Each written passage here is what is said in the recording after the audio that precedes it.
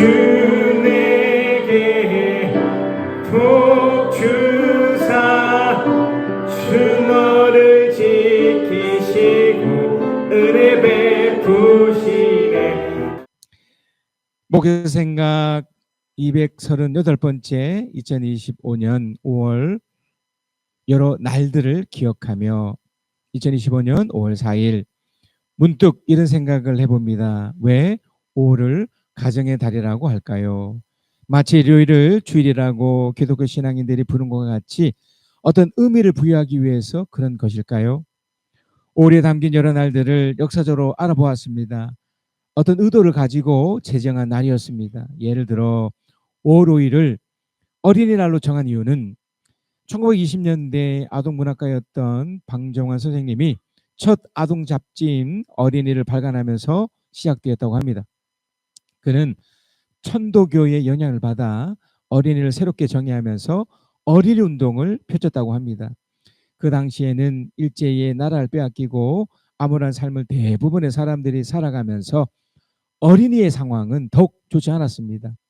1923년 5월 1일 첫 어린이날 행사를 경성의 한 천도교당에서 열었고 기념식 후 당시 경성 시내의 12만 장의 선언문 어린이날 희망을 살리자 내일을 살리자 잘 살려면 어린이를 위하라를 배포하였고 이후 전국적으로 알려졌습니다.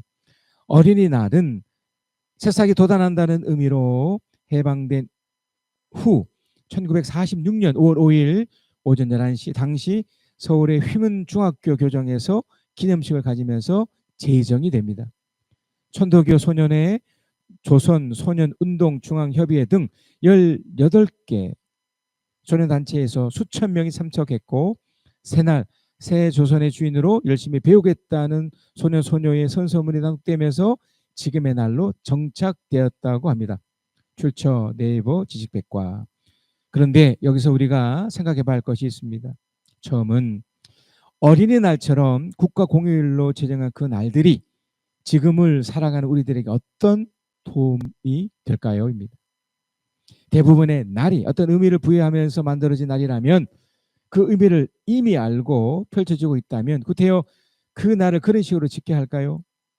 평소에 어린이를 생각하고 잘 돌본다면 그날 특별히 기념식을 하고 어떤 행사를 하면서 마치 어린이가 대단한 것처럼 세우고 선물 주고 놀아주는 것이 바른 것일까요? 어쩌면 그만큼 어린이들을 챙기지 않아서 그날만큼은 더욱 잘해주자는 취지일 수 있습니다.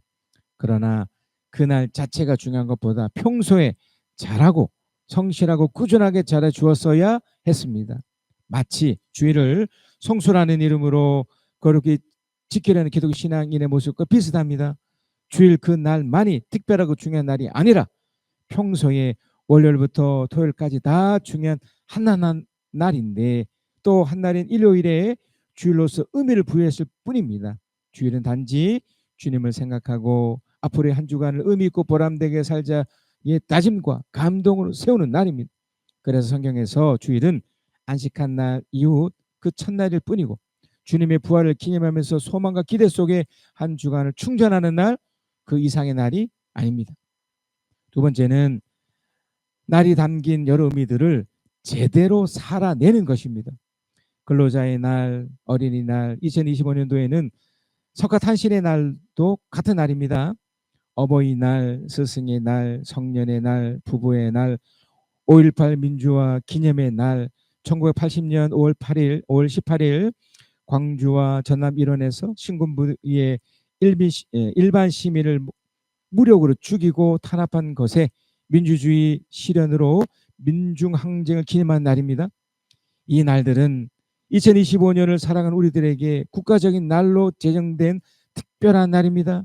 어떻게 보면 역사적으로 가슴 아프고 안타까운 사건들 때문에 만들어진 날입니다. 그래서 매일의 일터에서 열심히 일하는 사람으로 살고 자식이 있다면 어린아이와 최소한 주위의 어린 아이들을 귀하게 여기고 부모와 스승에게 어떤 선 넘지 않는 범위에서 섬기고 법적 나이가 되어 성년이 된 자녀나 주위의 사람들을 책임감과 자유로움을 배우게 해주고 만약 부부라면 평소에 성실하고 꾸준하게 서로에게 잘하며 다시는 이 땅의 5.18 민주화 항쟁처럼 권력자들이 무력으로 일반 시민을 짓밟지 못하도록 감시해야 합니다. 우리는 더욱 신앙인으로서 이런 삶을 매일 성실하게 이어가야 합니다. 특별히 주의를 기억하며 하루의 삶 속에서 은혜 받음과 감동으로 멋지게 살아내야 합니다. 그 날을 기억합니다. 하나님의 말씀은 요한 3서 1장 1절에서 5절입니다. 시작. 장로인 나는 사랑하는 가이오에게 이 글을 씁니다. 나는 그대를 진정으로 사랑합니다. 사랑하는 이여, 나는 그대의 영혼이 평안함 같이 그대에게 모든 일이 잘 되고 그대가 건강하기를 빕니다. 신도들 몇이 와서 그대가 진리 안에서 살아가는 모습 그대로 그대의 진실성을 증언해 주는 것을 듣고 나는 매우 기뻤습니다. 내 자녀들이 진리 안에서 살아가고 있다는 소식을 듣는 것보다 더 기쁜 일이 나에게는 없습니다. 사랑하는 이여, 그대가 신도들을 더욱이 낯선 신도들을 섬기는 일은 무엇이나 충성스럽게 하고 있습니다. 어느덧 나이가 이렇게 먹게 된 이 사도 요한이 사랑하는 사람들에게 편지를 썼습니다. 오늘 본문에 보면 특정한 어떤 대상이 나와요. 가이오라는 사람인데 이 사람은 아마 이전에 요한이 버가모 교회를 이렇게 세웠는데 그곳에 이제 장로로 또 감독으로 또 목사로 이렇게 세움을 받은 사람을 추측합니다. 근데 여기서 먼저 여러분 이해하셔야 될 게 뭐냐면 이 장로 또는 또 감독 또는 목사라고 일컬어진 요 부분입니다. 이게 어떤 역할이거든요. 여러분이 지금 교회에서 어떤 직임으로 불려지고 있습니다. 저는 목사라는 또는 장로라는 또 권사라는 또 다른 역할에서도 우리 교회만큼 또 목자라는 걸 이렇게 해줘. 그건 위치가 아닙니다. 어떤 위치나 어떤 군림에서 뭔가 집행하는 어떤 것이 아니고 봉사하는 거죠. 봉사하는 역할이죠.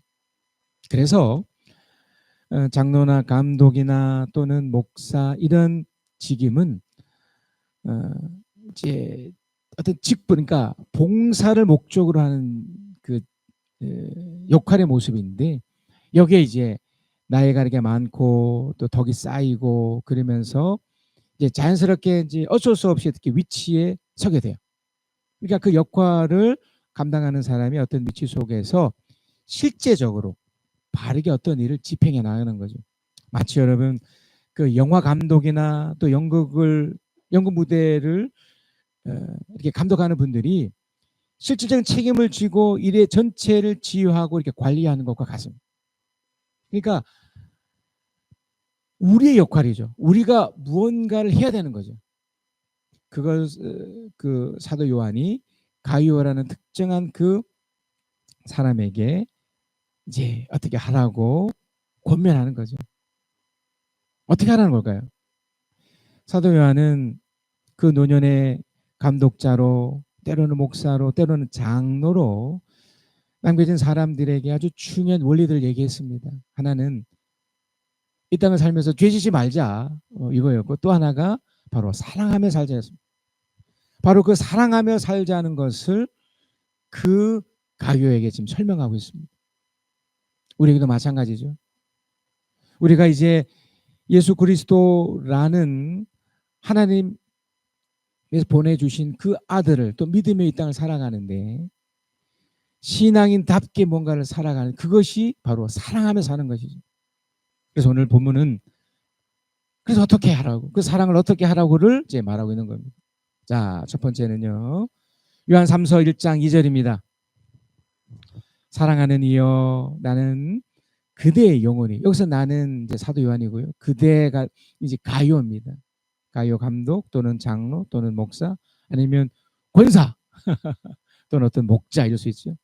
그대의 영혼이 편안한 같이 그대에게 모든 일이 잘 되고 그대가 건강하기를 빕니다. 여기서 주목할 게 뭐냐면 빕니다예요. 그러니까 여러분 어떻게 사랑하지? 그 첫 번째는 축복하기예요. 우리가 특별히 신앙을 가졌기 때문에 더욱더 이 복을 비는 사람이 되어야 됩니다.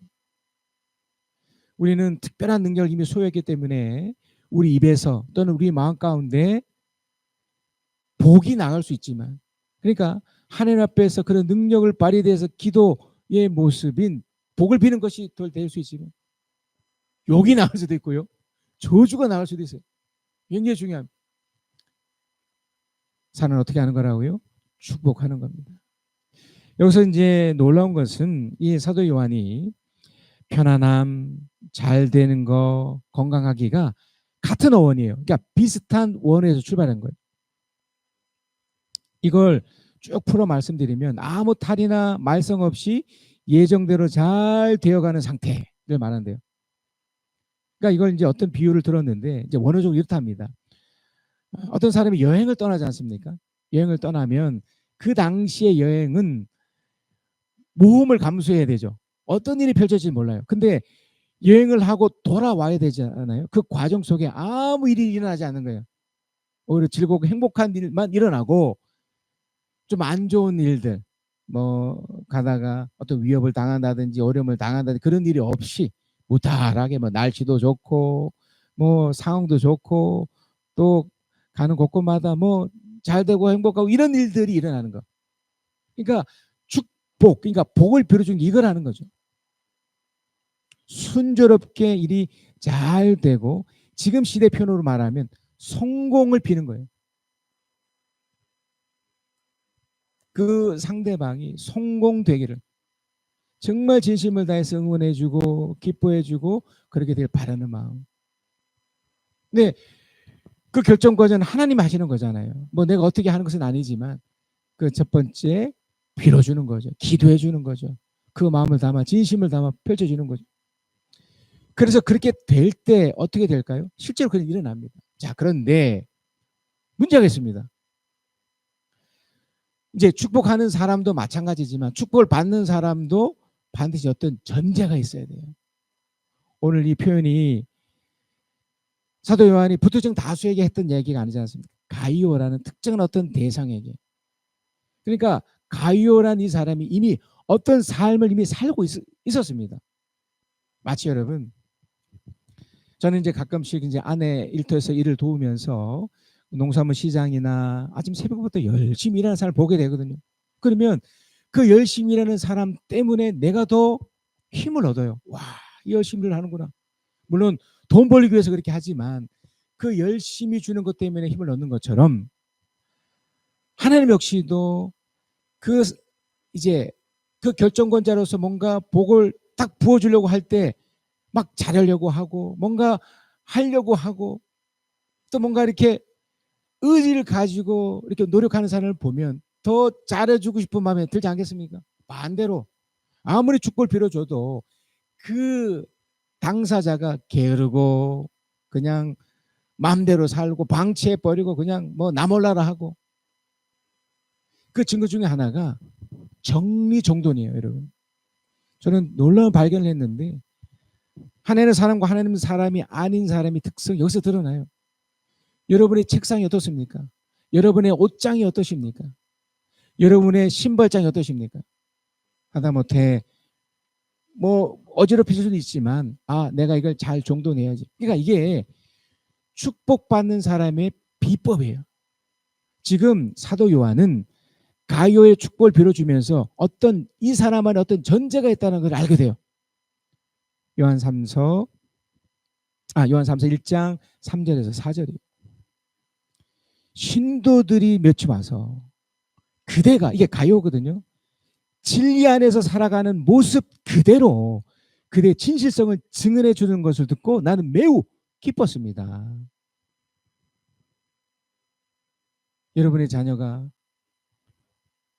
인생을 열심히 사는 모습을 보면 그 자체로 부모로서 뿌듯하지 않습니까? 저는 목사로서요, 여러분의 신앙생활을 그래도 힘든 여정 가운데 이렇게 열심히 하는 모습을 보면 감동을 받습니다. 하물며 하나님, 지금 사도 요한이 그걸 지금 경험하고 있는 거거든요. 가이오는 진리 안에서 살려고 그 진실성으로 살려고 노력하고 있었다는 거죠. 4절 내 자녀들이 진리 안에서 살아가고 있다는 소식을 듣는 것보다 더 기쁜 일이 나에게는 없습니다. 목사님 저도 그게 이제 느껴져요. 소중한 분들이 이 힘든 여정 속에서 그래도 여유 있지 않고 어디 도망가거나 포기하지 않고 다시 힘을 얻어 열심히 살려고 다시 노력을 하고 또 신앙 안에서 몸부림치는 모습을 보면 감동을 받고 눈물이 납니다. 하물며 하나님 오죽하시겠습니까? 그러니까 축복해 줬기 때문에 축복받는 것도 있지만 사실은요. 축복받을 만한 어떤 모습이 이미 전이되어 있기 때문에 복이 더해지는 거죠. 자, 그러면 가이오가 지금 진리 안에서 살아가는 모습, 그게 뭘까요? 사도 요한이 계속해서 말했던 그 모습이거든요. 진리 안에서 사는 것. 그러니까 이걸 좀 쉽게 풀어드리면 신앙 안에서 사는 거예요. 눈에 보이지 않는 하나님을 정말 내 앞에서 믿는 것처럼 최선을 다해 살아가는 건데 이건 단순히 보여주는 거, 사람들 앞에 보여주는 것과 차원이 다릅니다. 사실 여러분 목사인 저 같은 경우 또는 대부분의 목회자들이 이런 어떤 딜레마에 빠져 있습니다. 설교를 하는 입장이니 뭔가 설교다운 삶을 일단 살아내야 되는 그 전제가 있잖아요. 근데 그게 쉽지 않잖아요. 네, 웃어야 되고 뭔가 베풀어야 되고 근데 가정에 지금 문제가 생겼어요. 아내의 관계가 안 좋아요. 또 자녀의 관계도 안 좋아요. 또 재정적인 문제도 더 생겼어요. 그런데도 억지로 웃어야 되고 그러니까 이 안에서 먼저 진리 안에서 사는 것을 먼저 경험하시고 이것을 먼저 나타내셔야 돼요. 그래서 진리 안에 산다는 게 뭘까요? 뭐 여러분 수없이 들으셨겠지만 예수 그리스도의 죽음과 부활을 말해줍니다. 그 진리가 뭡니까? 예수 그리스도가 왜 죽으셨는지를 이제 깨닫는 거죠. 나의 한계, 나의 부족. 그래서 나도 우리 주님처럼 죽는 거구나. 이 첫 번째 사실과. 그런데 예수가 어떤 우리들 나의 죄 때문에 죽은 것도 있지만 그분이 3일 만에 부활하셔버렸죠. 아, 내가 이런 어리석게 사는 것 때문에 내가 죽을 수 있지만 우리 주님 때문에 주님이 부활한 것 때문에 다시 내가 기회를 얻은 거구나. 그래서 다시 기회 얻은 이 삶을 제대로 살아야지 이걸 받아내는 게 이게 진리예요. 이게 진리대로 사는 거예요. 예수의 죽음과 부활을 받아내서 그래서 내 마음 가운데 부정적인 것도 있습니다. 이 세상을 이기지 못한 것에 대한 부담감 또 여전히 이런 어려운 것들에 대한 그런 불편한 마음 또 상대와의 그런 안 좋은 관계 때문에 나타나는 것들 또 재정적인 어려움 뭐 이런 것들 그런데 이런 와중에서도 우리 주님 부활 때문에 다시 기회를 얻어서 이걸 해낼 수 있다. 다시 긍정적으로 이걸 헤쳐나갈 수 있다라고 믿고 나가는 그러니 그 마음 상태 어떻겠습니까? 진리 안에서 사는 사람들의 그 마음 상태는 그래서 할 수 있다는 믿음과 그 속에 담겨있는 하나님의 도우심에 대한 확신과 그걸 통한 기대 그것으로 인한 감사가 있는 마음이에요. 그것이 펼쳐지면 심지어 육체까지도 바뀝니다. 어떻게 바뀔까요? 이미 그런 마음이 있으니 설사 병이 찾아오고 또 외부적인 그 무엇이 찾아와도 이걸 극복해낼 수 있는 그런 마음 상태가 되니 육체도 건강해져요. 그래서 이미 축복하게 나온 것처럼 모든 일이 잘 되고 건강하기가 지속될 수 있는 거예요. 누군가가 축복해 줬기 때문에 그럴 수도 있지만 이미 그런 삶을 살고 있기 때문에 그 복이 더 강력하게 되는 겁니다. 이런 모습 때문에 이렇게 진리 안에 사는 사람들이기 때문에 하나님은 이들에게 놀랍게 축복의 전형적인 방식, 축복의 전형적인 결과들을 보여줍니다. 마가복음 16장 17절에서 18절입니다. 믿는 사람들에게는 이런 표징들이 나타날 터입니다. 이 믿는 사람들이 바로 진리 안에 사는 사람들, 축복을 받은 사람들, 축복을 빌어주는 사람들, 그 복 속에 살아가는 사람 말이죠. 믿는 사람들에게는 이런 표징이란 뜻이 증거예요. 어떤 기적과 같은 거지만 보여지는 거예요. 여러분 진리 안에 살고 믿음 안에 살면 이런 일이 나타나요. 축복의 결과들이 나타나요. 그 첫 번째가 주의 이름으로 귀신을 쫓아내는, 내 이름으로 귀신을 쫓아내는. 뭐 무당입니까? 무슨 퇴마사예요? 아닙니다. 우리는 지금 보이는 세계와 보이지 않는 세계 속에 살고 있지 않습니까? 보이지 않는 내 육체 속에 또 영혼이 있는 것처럼 이 세상은 성령 하나님도 계시지만 악한 세력도 있거든요. 귀신을 포함한 사탄도 존재하기 때문에 이게 공격이 있어요. 그래서 이것은 그걸 뭐 쫓아낸다는 의미보다 앞서 이걸 감지해낼 수 있는 거예요. 가끔 저는 어느 지역을 가면 그 음산한 분위기가 느껴져요. 아마 대부분 느낄 거예요. 여러분이 공포심을 가지는 것이 다 이런 거예요. 이것을 물리칠 수 있다는 거예요. 이걸 이겨낼 수 있다는 거예요. 그러니까 축복받은 사람이, 믿음의 사람들은 이런 영적인 모습으로 살아가요. 여러분 기도 자체가 사실 영적인 거잖아요. 그래서 믿지 않은 사람들은 주문하듯이 이거를 활용하기도 하죠. 그러나 우리는 본격적으로 축복받는 사람이기 때문에 이 영적인 것들을 펼칠 수 있는 겁니다. 두 번째는 새 방언이에요. 내 이름을 길 쫓아내며 새 방언으로 말해요. 이 새 방언이라는 것이 뭐 룰루랄라 하는 뭐 이상한 뭐 기도한 모습이 결코 아니고, 저 순복음 쪽에서 말하는 것도 아니고, 물론 가끔 저도 혼자서 조곤조곤 할 때도 있지만, 여기서 말하는 새 방언은 축복받은 사람으로서 우리의 말이 변하는 거예요. 기적의 말로, 축복의 말로, 감사의 말로 바뀌는 거예요. 새로운 말이죠. 여러분 믿지 않는 사람들, 하나님을 모르는 사람들 속에 대부분 말이 뭡니까? 아이고 죽겠네, 아이고 힘드네, 저주의 말이 대부분이지 않습니까? 어떤 누가 사랑합니다, 축복합니다, 감사합니다, 미안합니다, 손에 꼽습니다. 그러나 우리는 축을 받았고 믿는 사람들이 이런 결과들이 나타나는 거죠. 내가 감사의 말이 나오는 거죠. 기적의 말이 나오는 겁니다. 행복한 말들이 펼치게 돼요. 만약 여러분이 영적인 세계 속에서와 또 이런 말들이 좀 나가고 있지 않다는 것은 아직 여러분이 믿음 생활이 약하다는 거예요. 세 번째가 있습니다. 손으로 뱀을 잡고 독약을 마시더라도 절대로 해를 입지 않는다. 무슨 비범한 어떤 슈퍼맨입니까? 뭐 뱀을 막 잡고 막 독약을 막는데, 이 뜻은 세상을 비롯해서 얘기한 말입니다. 여러분 우리가 사는 이 세상이 얼마나 위험한 곳입니까? 저도 늘 운전을 하지만 시시때때로 막 쌩쌩쌩 달리는 차를 통해 곳곳에서 사고 난 일이 얼마나 비일비재합니까? 그뿐입니까? 너무나 흔하게 접하고 있는 그 술, 얼마나 독한 술이 많습니까? 또한 그 담배의 그런 연기들, 또 자극적이고 센 음식들, 우리가 아무 생각 없이 먹으니 뭐 먹는가 보다 하고, 뭐 담배 피는가 보다 하고 하지만 그게 다 악한 세상의 영향이잖아요. 또 악한 사람들이 그 기운이 있잖아요.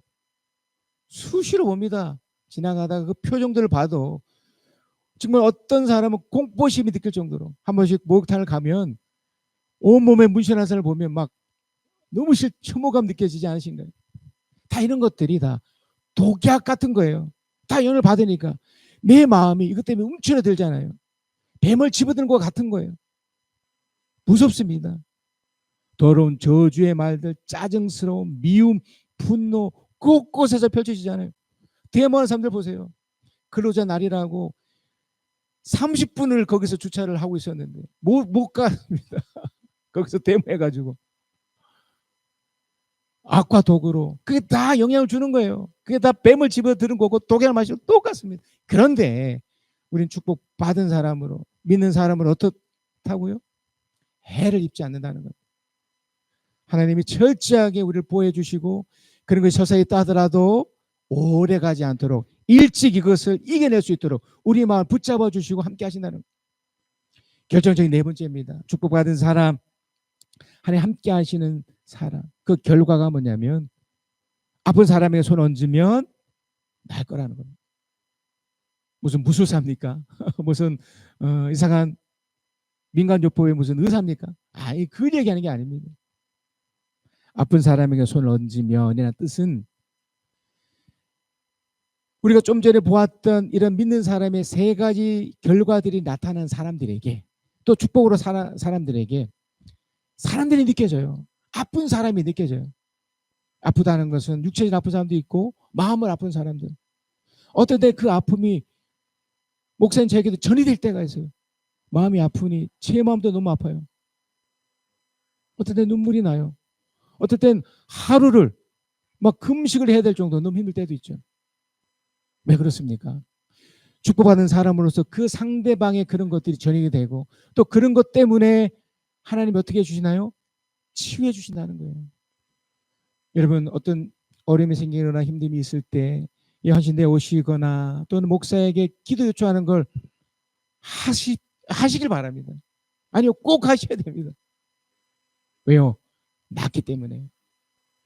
축복받는 사람이 그렇게 할 수 있는 겁니다. 여러분도 하실 수 있습니다.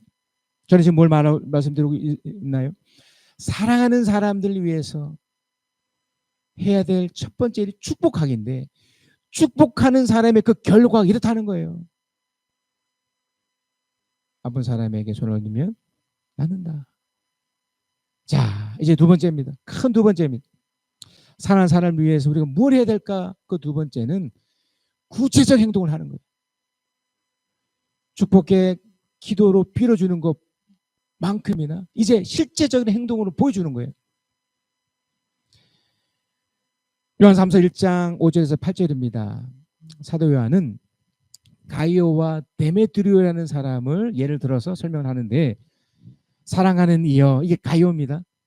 그대가 신도들을 더욱이 낯선 신도들을 섬기는 일은 무엇이나 충성스럽게 하고 있습니다. 섬기는 거죠.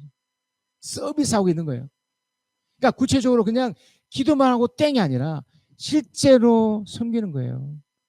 여러분, 저는 목사지만 때로는 교회를 관리하는 사람이라고 저는 믿고 있고 받아들이고 있기 때문에 기꺼이 저는 교회 청소하는 거, 화장실 청소하는 거, 이게 뭐 정리정돈도 하는 거 기꺼이 합니다. 왜요?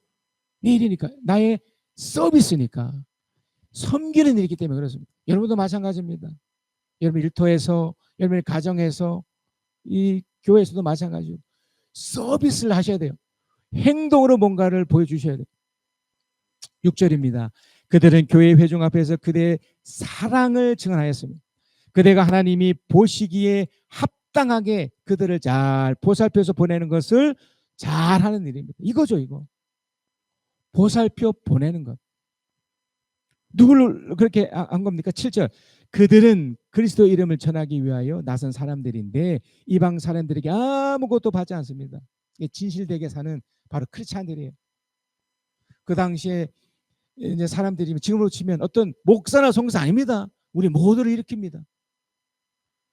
진리대로 열심히 살려는 그 사람. 그런데 재정적인 어려움이 왔어요. 그런데 물질적인 어려움이 왔고 또 질병 때문에 육체적인 어려움이 왔어요. 그때 실제적으로 작지만 흘려보내고 작지만 시간을 쪼개 만나주고 또 기도해주고 응원해주고 기다려주고 축복해주는 것. 행동을 보여주는 거죠. 행동. 8절. 그러므로 우리는 그런 사람들을 돌보아 나선 사람들인데 이방 사람이 아무것 그런 사람들 돌봐줘야 마땅합니다. 그래야만 우리가 진리에 협력하는 사람이 될 것입니다. 이게 마땅하대잖아요. 그러니까 여러분, 사랑은 개념이 아닙니다. 그래서 사도 바울도 그런 표현을 했죠. 사랑은 오래 참고부터 시작돼요. 너무 많아요. 구체적 행동을 보여줘야 되는 거예요. 여러분이 또 내가. 또 하나 하겠습니다. 요한삼서 1장 12절입니다. 데메드리오는 모든 사람들에게 좋은 평을 받았고 또 바로 그 진실한 삶으로 그런 평을 받았습니다. 우리도 또한 그렇게 평합니다. 그대는 예, 가요입니다. 우리의 증언이 옳다는 것을 압니다. 뭡니까? 칭찬받을 만한 행동으로 나서라는 거예요. 그래서 여러분 칭찬 받으셔야 돼요. 또 칭찬해 주셔야 되고요. 사랑은 객관적으로 봤었을 때 그런 정당한 평이 나타나도록 해야 되는 거예요. 여러분의 누군가가 아파요. 힘들어해요. 그럼 어떻게 합니까? 실제적인 도움을 주면서 그 상대방에게 뭘 느끼게끔 해야 됩니까? 아, 그래도 이 사람은 나를 생각해 주는구나. 아, 이 사람이 그래 나를 사랑해 주는구나. 아, 이 사람의 신앙 때문에 최소한 이 정도까지는 해줄 수 있구나. 물론 그 범위는요, 우리가 할 수 있을 만큼이에요. 시간도 어떤 물질도 여러 가지 다 할 수 있는 만큼. 절대로 뭐 빚내서 어떻게 절대로 하면 안 됩니다. 우리 할 수 있는 범위만큼 해주면 되는데 상대가 또 하나님 보실 때 합당하게 칭찬받을 만큼 하라는 거죠. 반대의 경우도 있습니다. 디오트레베의 경우인데 요한 3서 1장 9절에 10절입니다. 내가 그 교회에 편지를 소번했습니다. 그러나 그들 가운데 으뜸이 되기를 좋아하는 디오트레베는 우리를 받아들이지 않았습니다. 그러므로 내가 가면 그가 하는 일들 들춰내겠습니다. 그런 악한 말로 우리를 헛들고 있습니다. 우리는 뭡니까? 이 사도 요한 또 가이오 이런 사람들을 헛들고 있대요. 그는 그것으로 만족하지 않고 자기도 신도들 받아들일 뿐만 아니라 받아들이는 사람들까지 방해하고 그들을 교회에서 내쫓습니다. 저는 최근에 우선 남교회에 관련된 분을 만나고 왔는데요. 8년 동안 엄청난 시간을 겪어서 한 800여 명의 사람이 다 떠나고 한 300명 남았는데 최근에 또 이 법정싸움이 또 생긴 거예요. 거기에 또 연루된 한 장로님이 너무 마음이 힘드셔서 어떻게 이제 저랑 연결돼서 이제 나눔을 가졌는데 제가 거기서 느낀 게 두 가지였습니다. 하나는 그 교회를 이끄는 목사님이 정말 잘못하고 있구나. 데메드로 같이 느꼈습니다. 디오트레베처럼 느꼈습니다. 어떻게 또 8년 동안 그 엄청난 걸 했는 또 이 잘못된 짓을 또 하려고 하는 그 장로님이 이렇게 표현하시더라고요. 복수심에 불타있다. 복수심. 그 당시 우선 남교회가 그 싸움에서 졌거든요. 그러니까 조선이 끝났지 않습니까? 근데 다시 이기고 싶은 거예요. 다시 으뜸되고 싶은 거예요. 다시 뭔가 내가 그래서 상대를 헛듣고 망가뜨리게 하고 싶고 그게 신앙의 이름으로 지금 하고 있는 거예요. 여러분 그 당시에도 말도 못했습니다. 외부 세력이 오고 경찰이 동원되고 끔찍했습니다. 매스컴에도 나오고 그 짓을 또 하고 있는 거예요. 그 리더라는 사람들이. 거기에 이 장로님이 너무 충격을 받아서 이뿐이겠습니까? 신천지 또 수많은 잘못된 이 신을 가진 사람들이 이렇게 펼쳐가고 있는 거죠. 여러분 이건 절대로 사랑이 아닙니다. 우리 교회를 떠난 분들도 계시지만 그 사람들이 만약에 우리 교회 또 목사나 이런 사람들 만약에 이렇게 헛들고 그렇게 한다면 그걸 멈추셔야 돼요. 그렇게 하면 안 되는 거예요. 우리 교회 분들도 마찬가지입니다. 여러분도 이런저런 형편으로 떠나실 수 있고요. 이 교회를 이렇게 관둘 수 있습니다. 신앙도 놓칠 수 있고요. 그렇다고 해서 만약에 이렇게까지 가면 이렇게 잘못되게 가버리면 다 불편해집니다. 가장 큰 건 본인 스스로가 큰 어려움을 겪게 돼요. 그래서 사도 요한은 요한 3서 1장 11절 이렇게 표현합니다. 사랑하는 이여 악한 것을 본받지 말고 선한 것을 본받으시오. 선한 일을 하는 사람은 하나님께서 난 사람이고 악한 일을 하는 사람은 하나님께로 뵙지 못한 사람입니다. 요한일서 11절의 내용입니다. 악한 것을 본받지 말래요. 여러분 안에 이걸 잘 경험하셨으면 좋겠습니다. 악한 것은 너무나 분명합니다. 이런 마음이 불편하고 뭔가 감정이 섞이면 피하시든지 나서지 마세요. 세 번째입니다. 하나님의 사람으로서 그 사랑을 표현하기 위해 축복하기, 또한 행동으로 보여주기, 그리고 세 번째가 의도적으로 사람을 만나야 돼요. 요한 3서 1장 13절에 15절입니다. 그대에게 쓸 말이 많지만 멋과 붓으로 쏘아내고 싶지 않습니다. 그대를 곧 만나게 되길 바랍니다. 그러면 우리의 얼굴을 보고 말하게 될 것입니다. 15절, 평강과 그대의 길을 빕니다. 친구들이 그대에게 문안합니다. 친구들 각 사람에게 문안하여 주십시오.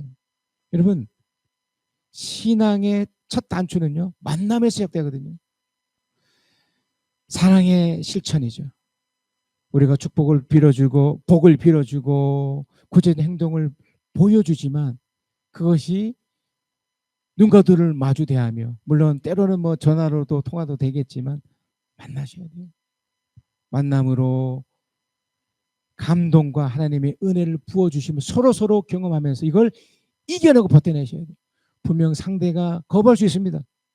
그럼 기다리면 되고요. 그러나 나는 어찌됐든 만남의 축복을 누리셔야 됩니다. 물론 상대 거절하는데 그때 억지로 만날 필요는 없지만 만나서 마음껏 얘기를 나누면서 하나님 앞에서 또 소중한 분들과 이걸 풀어내야 돼요. 그래서 여러분, 진짜 사랑하기는 결국 대화함에 펼쳐가는 겁니다. 결론입니다. 여러분, 이 세상을 살아가면서 천국의 소망이 있지만 소중한 사람들을 축복하고 진짜 사랑을 표현하며 만남의 축복 속에 교만하지 않고 칭찬과 위로와 격려 속에 삽시다. 항상 기뻐해요. 항상 기뻐해요. 항상 기뻐해요. 주님 주신 기쁨 쉬지 말고 기도해요. 쉬지 말고 기도해요. 쉬지 말고 기도해요. 기도드리오. 범사에 감사해요. 범사에 감사해요. 범사에 감사해요. 모든 일은 주님 주가 나시니 이는 그리스도 예수 안에서 우리를 향하신 하나님의 뜻이니 항상 기뻐해요. 쉬지 말고 기도해요. 범사에 감사해요. 주님 뜻대로 삽시다. 항상 기뻐해요. 쉬지 말고 기도해요. 범사에 감사해요. 주님 뜻대로 삽시다. 주님 뜻대로 삽시다. 주님 뜻대로 삽시다.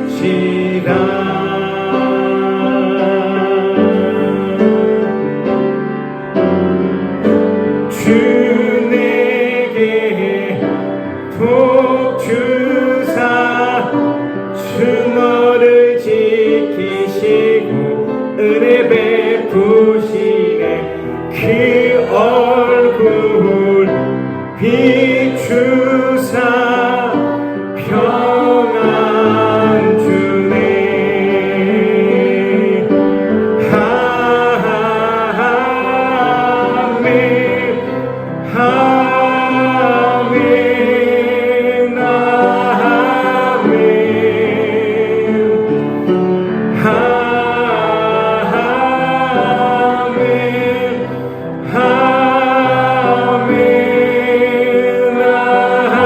아멘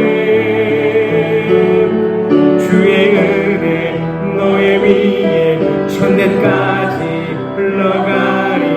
너의 가정 너의 자녀 그 자녀의 자녀까지 주의 은혜 너의 위에 천년까지 흘러가리. 너의 가정 너의 자녀 그 자녀의 자녀까지 주의 임재 앞서가며 지키시고 동행하리.